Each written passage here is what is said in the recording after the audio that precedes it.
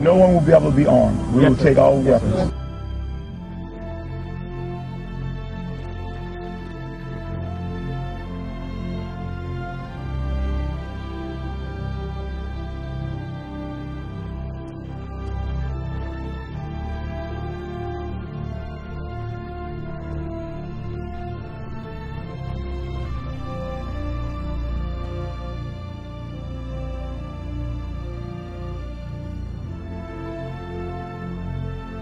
Every service member has an obligation, not just that they can refuse a legal order or an unlawful order. They have an obligation to. They have to. And so they have to make a decision for themselves where that line is.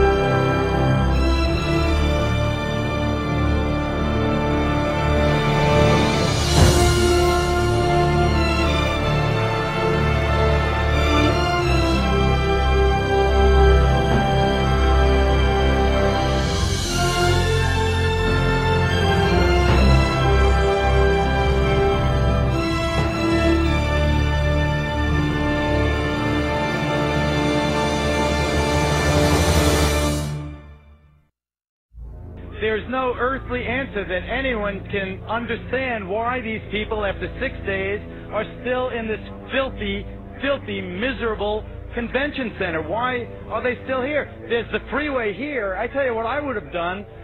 What I would still do, I would say, let them walk out of here. Let them walk away from the filth. Let them walk away from the devastation. Let them walk away from the dead bodies in here. They won't let them walk out of there because I'm standing right above that convention center. And what they've done is they've locked them in there. The government said, you go here and you'll get help. Or you go in that Superdome and you'll get help. And they didn't get help. They got locked in there, and they watched people being killed around them, and they watched people starving, and they watched elderly people not get any medicine. And now they know it's happening because we've been telling them repeatedly over and over every day. And you know what they're doing now? And I'm not blaming anyone. I'm telling you what's happening. They have set up a checkpoint at the bottom of this bridge. This is the bridge that takes you from New Orleans over into Gretna, from Orleans Parish into Jefferson's Parish. It's the only way out. It's the connection to the rest of the world. And they've set up a checkpoint, and anyone who walks up out of that city now is turned around. You are not allowed to go to Gretna, Louisiana from New Orleans, Louisiana. Over there, there's hope. Over there, there's electricity. Over there, there's food and water. But you cannot go from there to there. I think the government will not allow you to do it. It's a fact. I don't know, man. Let them walk out of here. Let them walk the hell out of here. Let them get on that interstate and walk someplace. We had Walmart deliver 3 trucks of water, trailer trucks of water. FEMA turned them back. They said we didn't need them. This was a week ago. We had 1,000 gallons of diesel fuel on a Coast Guard vessel docked in my parish. The Coast Guard said, come get the fuel right away. When we got there with our trucks, they got a word. FEMA says, don't give you the fuel. Yesterday, FEMA comes in and cuts all of our emergency communication lines. They cut them without notice. Our sheriff, Harry Lee, goes back in. He reconnects the line. He posts armed guards on our line and says no one's getting near these lines. That's why we issued our declaration of 10 orders that we will not obey.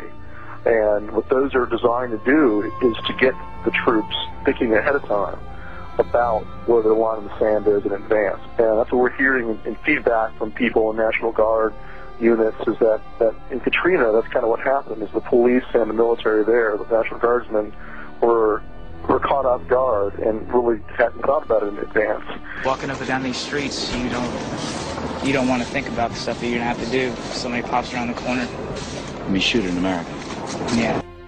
And what we're hearing is that it won't be the same way next time. There'll be more who will say, no, I'm not going to do that.